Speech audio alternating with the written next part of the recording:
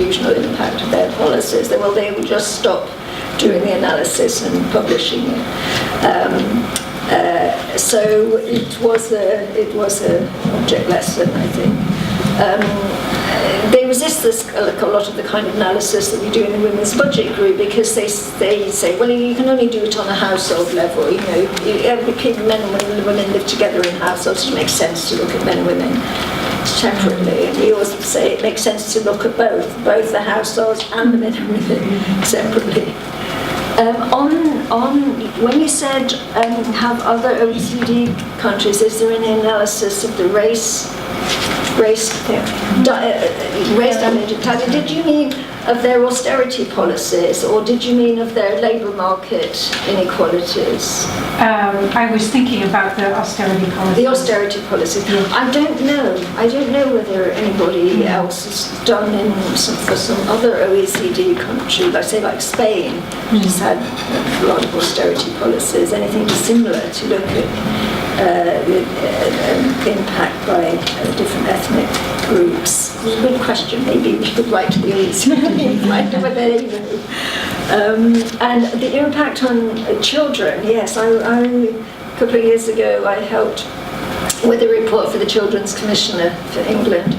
That was part of the evidence that was submitted as the shadow report to the Committee on the Rights of the Child. And the burden of this report was the government is not fulfilling its obligations under the Convention on the Rights of the Child.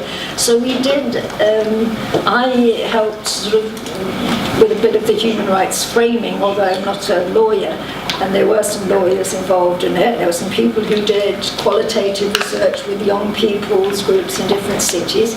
And I worked, although I didn't crunch the numbers myself, I worked with a person who crunched the numbers and talked about what would be a sensible number to crunch.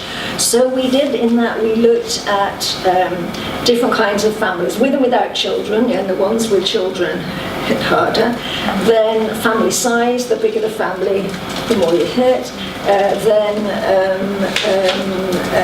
ethnic race category, yes, the white families weren't so hard hit as the black and ethnic minority families. The families with children with disabilities, they were very hard hit. So you can crunch those kind of numbers in a range of different ways to show these particular groups that you're interested in, how do this combination.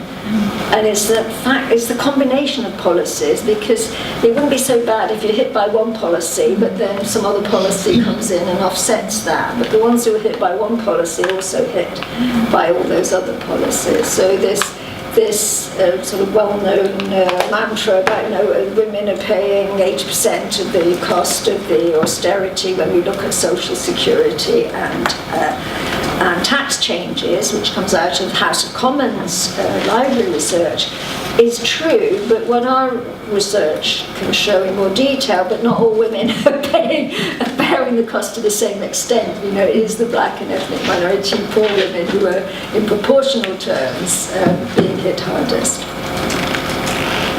Thank you very, very much, Diane. And I think the ball of discussion is well and truly rolling, so we're very grateful to you for that. One sort of footnote thing that I thought in looking at all those graphs is that the way Brexit went is also explained there as a kind of a product of austerity, really. But that's a different debate. So could we all thank Diane very much?